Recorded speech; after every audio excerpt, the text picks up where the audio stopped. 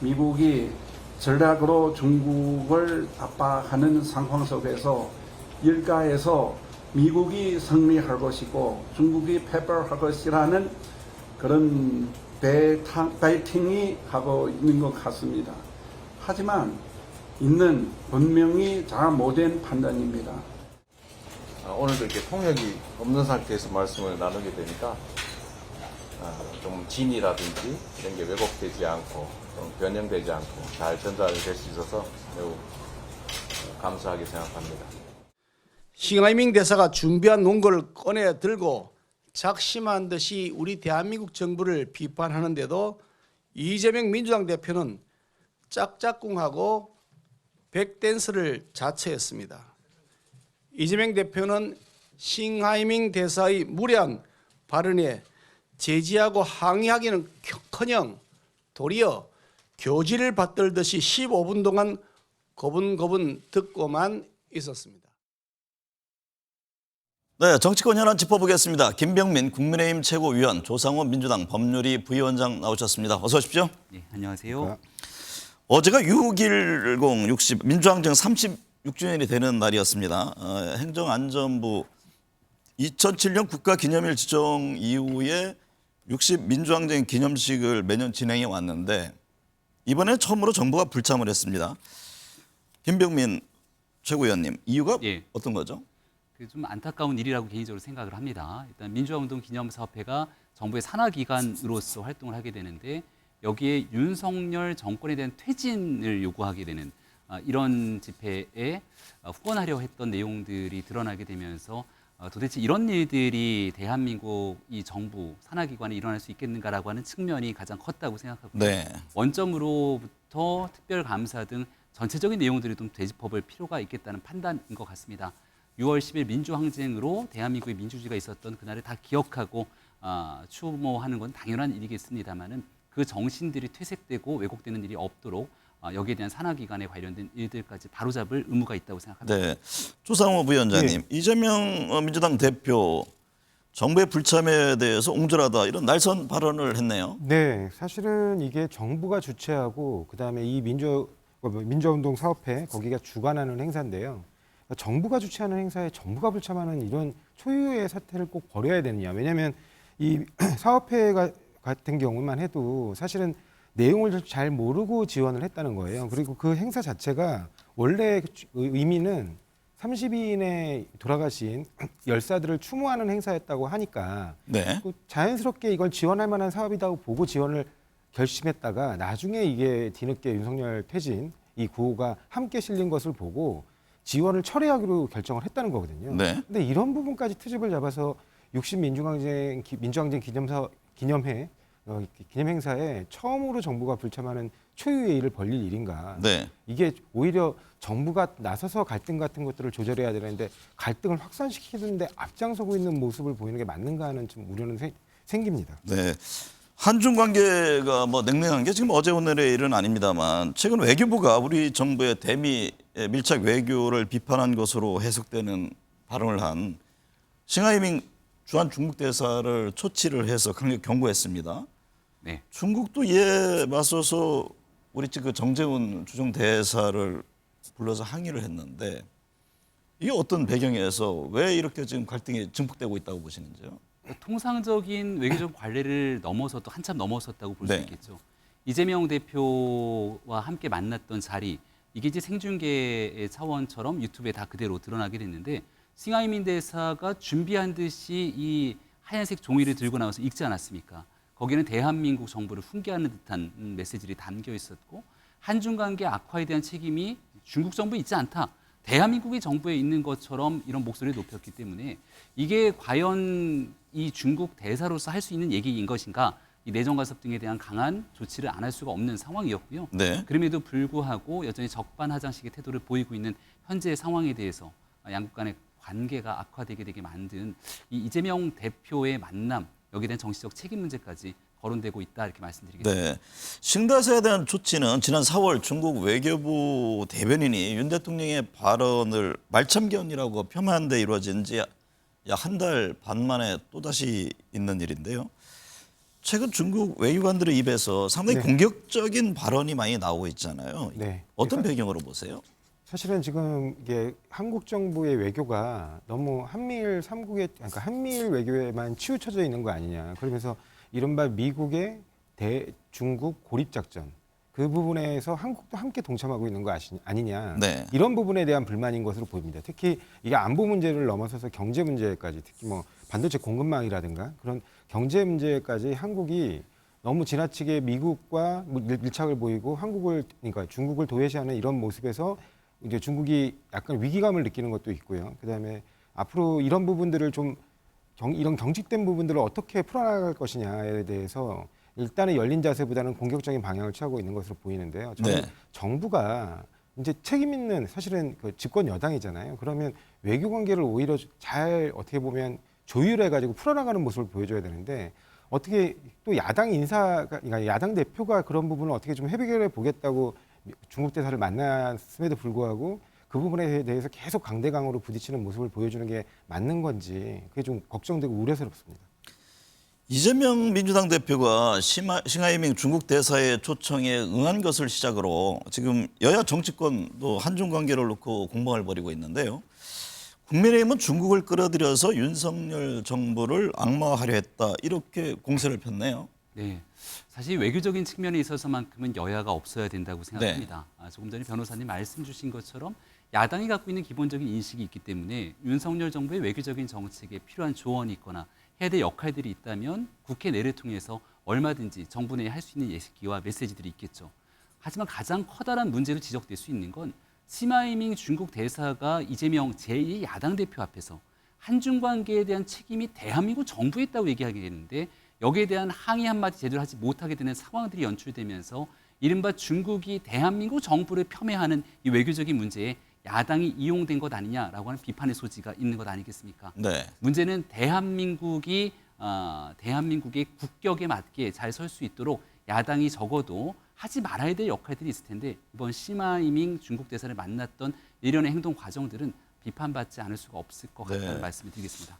민주당 입장은 어떤가요? 중국 태도가 마땅치 않아도 국익을 위해서 협조하는 게 외교다 이런 반박론을 했던데요. 네, 맞습니다. 사실은 이게 원래 정부 여당이 해야 될 역할이거든요. 긴장을 완화하고 계속해서 외교적 이익을 확보하기 위해 노력하고 그다음에 외교적 수사에 오히려 저쪽이 좀 더 외교적 수사에 어긋나는 태도를 보이더라도 우리는 그 정중동의 자세로 뭐 외교 관계를 풀어나가야 되는데 야당 대표의 이런 노력을 같이 싸잡아가지고 묶어서 이렇게 비난을 하면서 정쟁화시키게 되면 그야말로 이제 국익이 외교라는 부분에서는 오로지 국익일 뿐이고 정파적인 이익은 없다라고 봐야 되는데 그런 정파적 이익으로 사실은 치환시키면서 정쟁의 대상으로 만들어버리는 거거든요. 그래서 이런 부분에 대해서 지금 국민의힘 지도부라든가 여당 지도부인데요. 그다음에 또 정부의 이 태도는 굉장히 부적절하다. 오히려 네. 야당 대표의 이 노력들을 고려해서 다음 단계로 한 발 한 발 더 앞으로 나아갈 수 있는 그런 이제 외교적 준비를 좀 했었어야지 계속해서 이렇게 정쟁하고 싸우고 이럴 거냐는 게 참 걱정이 됩니다. 네. 국내 정치 살펴보죠. 정치가 사라진 지 오래다라는 얘기를 뭐 여러 차례들 했고 지금 뭐 정치권에서도 그 같은 얘기를 하고 있는데 그게 진전이 지금 안 됩니다. 야당이 쌍특검을 패스트트랙으로 지정하고 또 간호법 통과, 방송법 직회부 여러 일정에 대해서 여당은 반발하고 있고 정국은 계속 충돌 국면인데요. 우리 김병민 최고위원 나오셨는데 해법은 예. 없을까요? 다수당이 갖고 있는 힘의 논리대로 밀어붙이게 된다면 결국 강대강 대치 국면으로 부딪힐 수밖에 없지 않겠습니까? 국민들이 지켜보시기에는 과거에 있었던 임대차 3법 처리를 민주당이 갖고 있는 거대 의석의 힘으로 당시 야당의 반대에도 불구하고 밀어붙였을 때 이를 통해서 나타나는 후과가 얼마나 큰지를 다 기억하고 목도하고 계십니다. 중요한 것은 여야가 수기하고 그 간에서 갈등을 해결하기 위한 중간적 조정의 역할을 하라고 민주주의가 있을 텐데 국회 내에서 일방적인 여당, 소수 여당이 협의 없이 처리하게 되는 과정들이 이어지게 된다면 이를 마지막으로 막을 수밖에 없는 브레이크가 결국 대통령이 제2요구권이 될 수밖에 없거든요. 네. 같은 일들이 반복되지 않도록 의석이 169석으로 거대 의석을 갖고 있다 하더라도 소수 여당과 함께 논의하고 협의할 수 있는 그 틈들을 좀 가져갈 수 있는 정치 복원이 필요하다고 생각합니다. 정부의 국회 견제 최후 보루로 불리는 대통령 거부권이 예. 지금 일상화되는 것 아니냐 이런 우려의 목소리도 나옵니다. 네. 협치가 실종된 결과 때문인가요? 그렇게 봐야겠죠. 그러니까 정치에 대한 존중이 정부와 여당에는 없는 것 같습니다. 그리고 야당에 대한 존중도 당연히 없고요. 지금 아마 거의 유일한 대통령이신 것 같아요. 그 대통령이 취임하시고 야당 대표를 만나지 않은 대통령이신 것 같습니다. 그리고 지금 간호법 문제를 말씀하셨는데 간호법 같은 경우만 해도 여야가 대선 과정에서 공통으로 공약한 사항입니다. 이런 부분에 대해서 적어도 국민들께 일하는 모습, 그러니까 정치가 일하는 모습으로 국민의 삶을 책임진다. 이런 부분을 좀 보여주자는 측면에서 공통 공약에 대해서는 신속하게 입법 처리 절차를 진행하자. 이른바 공통 공약 실천 기구라는 걸 국회에서 여야가 합심을 한번 만들어 보자. 이 제안을 한 지도 한참이 됐습니다. 그렇지만 이에 대해서 정부 여당 어디에도 지금 응하지 않고 있고요. 아무것도 진행을 하지 못하는 상황입니다. 그래서 어쩔 수 없이 야당에서 통과한 걸 가지고 이걸 뭐 힘에 의한 정치다, 뭐 일방 통과다, 날치기 처리다 이렇게 비난을 하시게 되면 그러면 국회는 국민의 삶을 전혀 돌보고 책임지지 말라는 것인지, 그러면 정부 여당이 과거에 야당과 함께 약속했던 일들에 대해서는 앞으로 어떻게 해결할 것인지 그 부분에 대한 답을 여당이 먼저 줘야 되는 거 아닌가 그렇게 생각합니다. 그래서요, 이 협치를 위해서 여야 대표가 만난다는 얘기가 있었잖아요. 근데 다시 지금 조용해졌습니다. 왜 못 만나고 안 만나는 거죠? 어떤 조건들이 지금 뭐 걸림돌이 되고 있나요? 애당초에 김기현 대표가 이재명 대표에게 만나서 식사나 한번 하자고 제안했더니 이재명 대표에게 돌아온 대답은 밥과 술은 친구랑 먹는 거라고 얘기를 합니다. 그리고 나서 공개적인 정책적인 이런 대화를 나누자고 해서 TV 토론을 비롯한 공개적인 정책 대담에 나서자고 얘기를 했던 것 아닙니까? 네. 근데 정작 중국의 싱하이밍 대사와 만나서 밥을 먹는 과정들을 겪으면서 친구가 아닌 오히려 여기에 대해서 대한민국 국격을 훼손하게 되는 모습들까지 이 적나라하게 노출이 되는데 김기현 대표와 만나서 같이 식사하고 얘기하는 것이 그토록 부담스러운 일인지에 대해서 반문하지 않을 수가 없고요. 네. 형식과 절차 이런 것들이 구애되지 않는다면 언제든지 함께 만나서 대화할 수 있는 가능성 열려있지 않을까 생각합니다. 함께 토론하겠다 여기까지 서로 의견 그러니까요. 교환을 하지 않았나요? 저희들은 토론을 하자고 자꾸 말씀드리는 네. 건데 거기에 대해서 국민의힘이 구체적인 뭐 아젠다, 그러니까 의제라든가 이런 거를 정해가지고 답신을 주지 않기 때문에 진행이 안 되는 것으로 알고 있고요. 그 다음에 아까 뭐 싱하이밍 대사하고 식사를 말씀하시는데 대사가 초청해서 그 만찬 자리에 참석한 거고 그 만찬에서 밥만 먹었겠습니까? 당연히 그 부분에 대해서는 굉장히 양국 간에 현재 그 굉장히 갈등을 노출하고 있는 이런 부분들을 어떻게 해결할 것인가 거기에 대해서 충분하게 그리고 아까 그 정부를 비판하는 부분에 대해서도 나름 그 안에서 지적되고 또 우리 쪽 입장을 충분하게 설명을 했을 겁니다. 그러니까 그런 정책적인 대화를 하고 아니면 토론을 하자고 했으면 국민들에게 어떤 정책이 더 이제 뭐 호소력 있고 국민들에게 필요한 정책인가 그 부분에 대해서 열린 광장에서 얘기하자고 하는데 무슨 그렇게 조건이 많고 뭐 방법론 가지고 따지고 그런 걸로 자꾸 회피하는 모습이 보여지는 건지 잘 모르겠습니다. 팩트 참 체크 하나는 좀 국민들 짚고 넘어가야 네. 되는데 국민의힘이 관련된 의제를 갖고 반대했다는데 어디서 그런 얘기를 들으셨는지는 분명하게 좀 밝히셨으면 아니요, 좋겠고요. 관련된 의제로 한 게 현재 아니라 의제 합의 부분이 안 된다고 진행이 안 된다는 합의가 거예요. 민주당에서 국민의힘이 일방적으로 합의를 안 하고 있는 것이 아니라 민주당에서 제안하고 조정하고 있는 내용들이 있을 것 아닙니까? 네. 왜 그런 일들이 이루어지지 않고 있는지에 대해서 민주당 내부의 일에 대한 확인을 좀 해보시기 바랍니다. 어쨌든 지금 그러면 토론은 물 건너간 겁니까? 지금 뭐 아들 문제까지 서로다가 양당 대표가 장애전을 치르고 있던데요. 어떻게 보세요? 저는 언제든지 김기현 대표가 제안했던 것처럼 네. 함께 만나서 밥도 먹고 또 기회가 된다면 술도 한잔하고 네. 또 이재명 대표가 얘기했던 것처럼 TV 토론 등 정책을 중심으로 대화 나눌 수 있는 기회들이 열려 있다고 생각합니다. 하지만 겉으로는 하자고 얘기하고 그 내용에 대한 정치적인 손익계산들을 따지기 시작하는 순간 그 일이 진행될 수가 없을 거거든요. 네.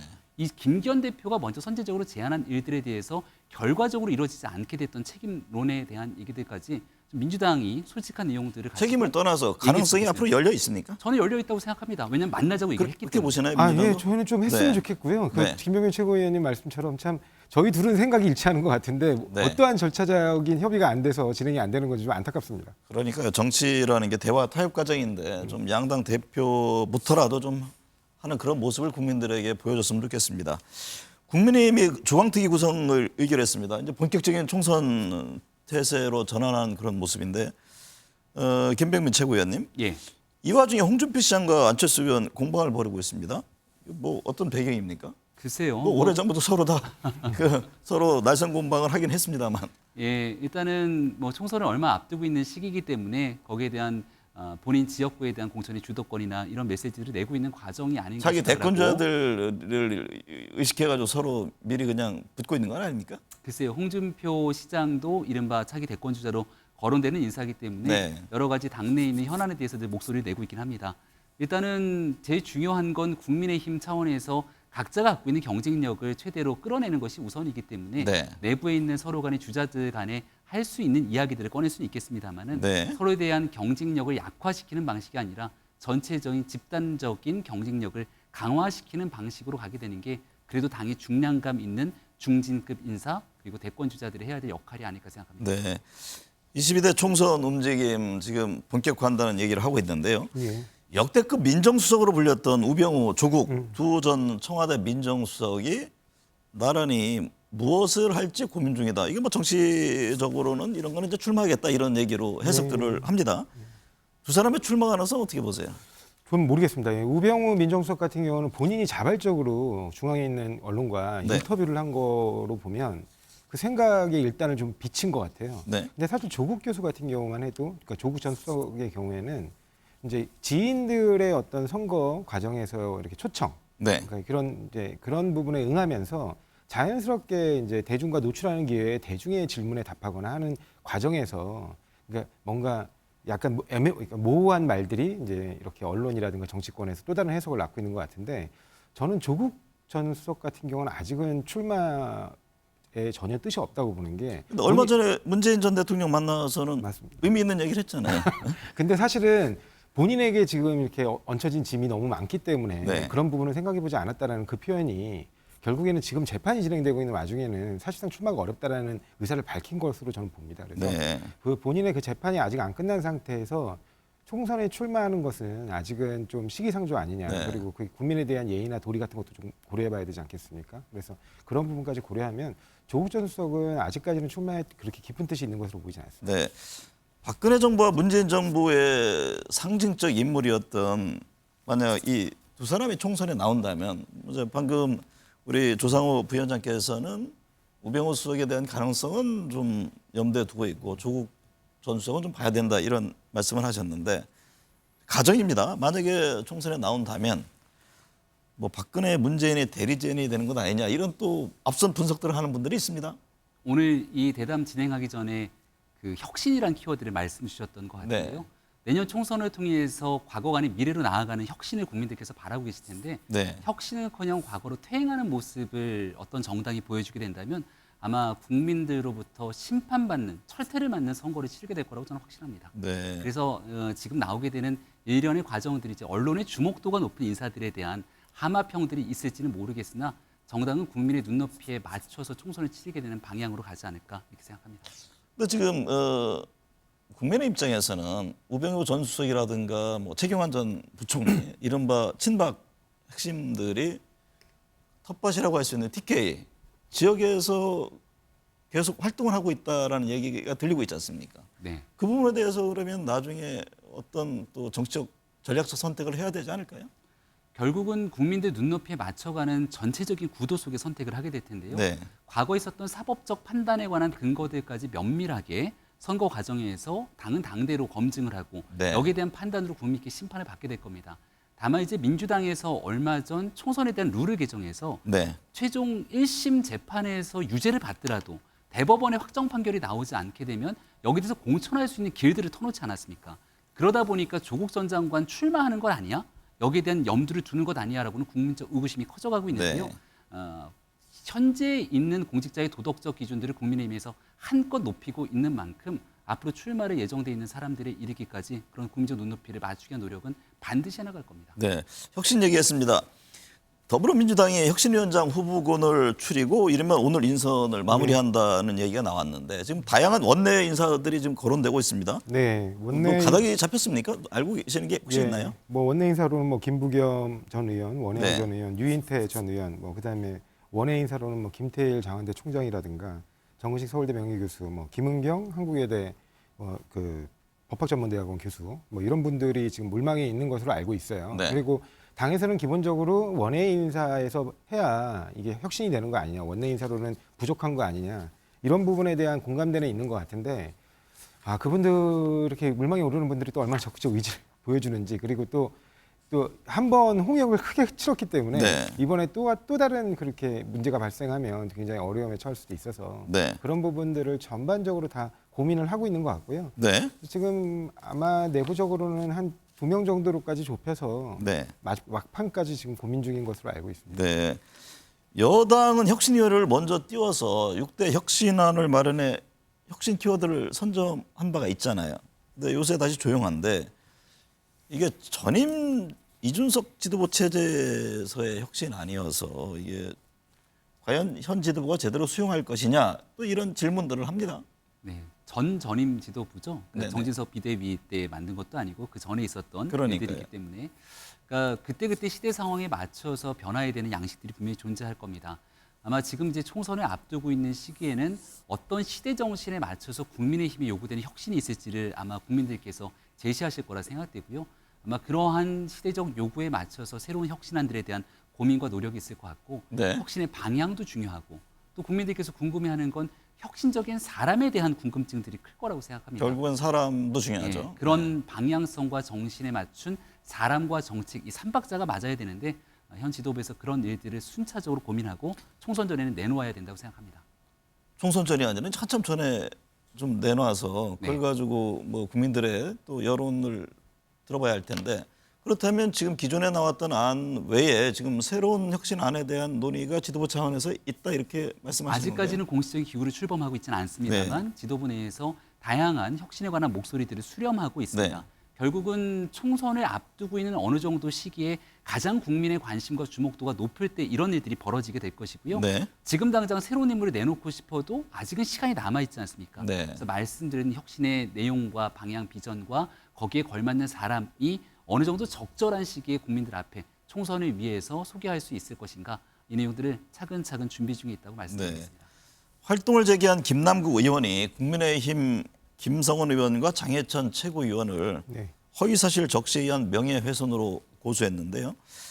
구체적으로 어떤 내용이 문제라고 지적한 거죠? 지금 장해찬 최고위원에 대해서는 구체적으로 어떤 발언인지 여부가 좀 분명하지는 않은데 네.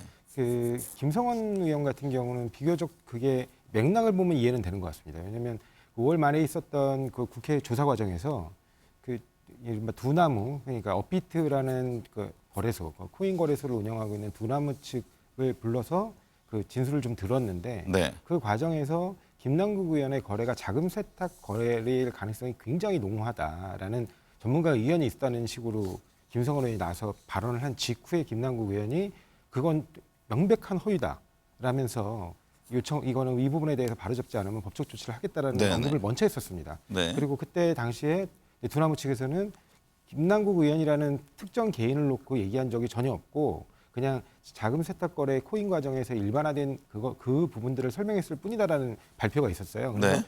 결국에는 이게 그 김성원 의원의 그때 당시 발언이 사실과 굉장히 맥락이 다른 왜곡된 내용이 아니냐 이런 네. 부분 때문에 아마 김남국 의원이 고소를 하는 것 같습니다. 네. 이에 대해서 여당은 부끄러움을 모른다라면서 부글부글하는 모습입니다. 네, 뭐 고소 고발을 하려면 그동안 제기되고 있는 수많은 의혹들이 있을 건데 그 의혹들에 대해서 김남국 의원이 국회의원으로서 최소한의 양심이 남아 있다면 하나하나 국민께 설명을 해야 될 의무가 있다고 생각합니다. 근데 그런 국민적 물음에는 묵묵부담, 자취를 감추고 때로는 종적을 감춰버린 상태 속에서 나왔던 의혹 제기 중에 단면을 꼬집어서 이거는 절대적으로 사실이 아니다, 이렇게 고소전을 이어가게 된다면 이른바 국회의원을 향해서 제기되고 있는 의혹 제기에 입을 막는 그런 형국이 될 수도 있기 때문에 고소고발하기 위함이라면 적극적으로 나와서 그동안 제기됐던 많은 의혹들에 대해서도 입을 좀 열었으면 좋겠습니다. 제가 네. 딱 두 가지만 말씀드릴게요. 그러니까 뭐냐면 지금 김남국 의원에게 제기되고 있는 굉장히 중대한 의혹이라고 하시는 것들이 딱 두 가지예요. 크기로 보면 뭐냐면 네. 이른바 정보매매 의혹. 그러니까 뭔가 자기가 갖고 있는 직무상 권한을 이용해서 그 부분 관련해 갖고 미리 정보를 듣고 이렇게 코인 거래 매매하는데 활용한 거 아니냐. 그다음에 또 하나는 이 자금 세탁 얘기입니다. 근데 자금 세탁 얘기는 본인이 고소를 하겠다고 했으니 절대 사실이 아니고 진위를 명백히 법적으로 밝히겠다라는 걸 다툼의 의지로 보여준 거로 보고요. 그다음에 이른바 지금 정보매매 의혹 같은 경우를 보면 오히려 지금 그 이른바 코인 업계를 적극 대변해 오고 코인 업계 관련 법령 발의에도 앞장섰던 분들, 그다음에 굉장히 그런 분들과 빈번하게 접촉하면서 그 지인들이 다 또 코인 거래소와 관련된 회사에 취업하는 그런 아주 밀착된 관계를 보이는 분들은 다 국민의힘 국회의원이 아닌가 싶습니다. 그 민주당이 어제 국민의힘 김기현 대표의 아들이 암호화폐 업체 임원이라는 보도가 나오자 공세 모델로 전환했던데요. 네, 공세 모드로 전환한 게 아니고 당연한 부분을 지적한 겁니다. 네. 왜냐하면 지금 김기현 대표조차도 그 자녀분이 아들이 지금 코인 거래소와 관련된 그 회사에 취업을 했다는 게 이렇게 지금 드러났고 또 제가 아까 방금 전에 지적했던 그 허은하 의원 같은 경우만 해도 허은하 의원의 보좌관이었던 분이 거래소에 취업을 한 다음에 초고속 승진을 해가지고 지금 대표로 돼 있어요. 그러니까 이런 부분들. 그다음에 특히 허은하 의원 같은 경우는 김남국 의원 비판에 앞장섰는데 나중에 국회 출입 기록을 까보니까 위메이드가 가장 많이 방문한 의원이기도 했습니다. 그리고 네. 코인 업계에서 이른바 코인이 현금으로 거래될 수 있도록 허용하는 그 법안 발의의 대표 발의로 앞장선 분이기도 하고요. 네. 이에 대해서 국민의힘과 김기현 대표 입장은 어떻습니까? 허은하 의원의 문제 제기로 김남국 의원에 대한 의혹들이 가려지지 않겠죠.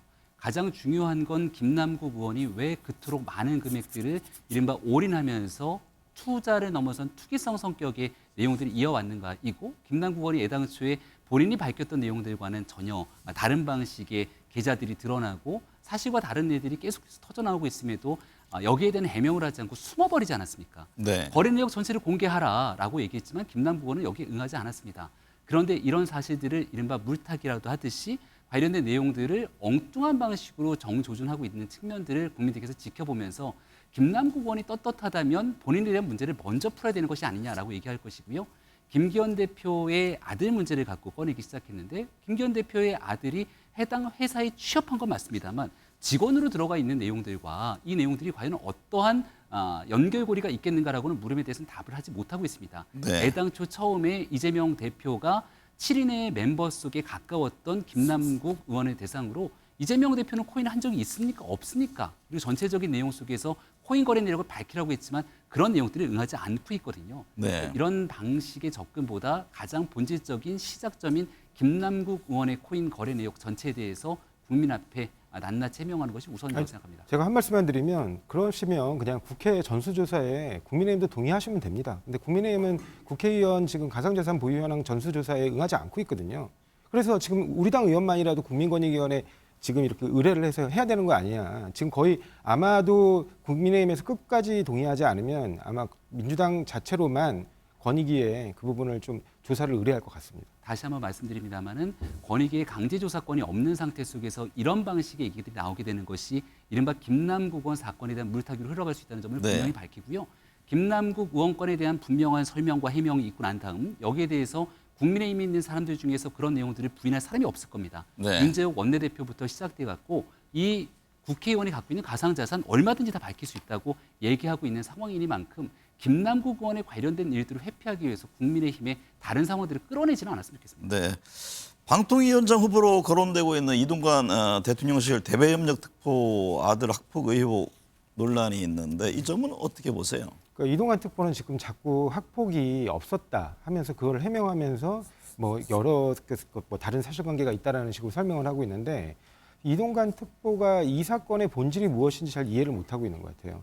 우리가 더 글로리를 보면서 국민들이 공부를 했던 이유는 학폭의 그 잔인성도 있지만 그 학폭을 이른바 금력과 권력으로 덮어나가는 거죠. 그리고 그러면서 이제 그 어떻게 보면 사회적 약자 힘이 없는 그런 학생들이 얼마나 처절하게 이 어떤 보호의 테두리에서 배제되는가 네. 이런 부분에 대해서 함께 분노했던 겁니다. 근데 이동관 특보가 그때 당시에 김승유 이사장 사실은 학교 행정에 아무런 개입할 권한이 없는 김승희 이사장에게 전화를 건 것도 사실이거든요. 네. 그리고 양측이 다 인정한 내용입니다.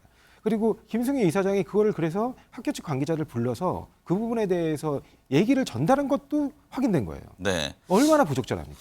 이 특보 측은 민주당 비판에 대해서 또 반박했고 또 이런 와중에 이동관 특보의 아들에게 폭력을 당했다고 지목됐던 사람이 최근 입장을 냈다고 하네요. 네, 여기에 대해서 과거에 있었던 일들에 대해서 일방적으로 당한 사실이 아닌데 그 내용들이 이제 와전되는 과정들이 오히려 본인에게 더 큰 피해를 줄 수가 있다는 것 아니겠습니까? 네. 과거에 있었던 만약에 학교 폭력의 문제가 우리가 드라마에서나 보는 것처럼 심각한 상황이 있었고 권력의 힘으로 이를 찍어 누르듯이 문제를 제기했다면 커다란 상황일 수 있겠는데 아직까지는 지금 현재 당사자 중에 한 명이 이런 입장을 내고 있는 만큼 저는 좀 조심스러운 접근은 반드시 네. 필요하다고 생각합니다. 네. 시간이 지나고 만약에 이 이동관 특보가 실제로 방통위원장이 지명이 되거나 내정이 되게 된다면 그때는 청문회 등을 통해서 있는 그대로의 진실들이 하나둘씩 밝힐 수 있는 기회가 있을 텐데 지금 언론을 통해서 특히 야당의 문제 제기를 통해서 사실관계가 아니라고 하는 지점들까지 무분별한 의혹으로 커지게 된다면 또 다른 누군가에게 제3, 제2의 피해가 가지는 않는 선에서의 접근들을 했으면 좋겠다는 말씀드립니다. 네. 오늘 두 분 말씀 감사합니다. 네.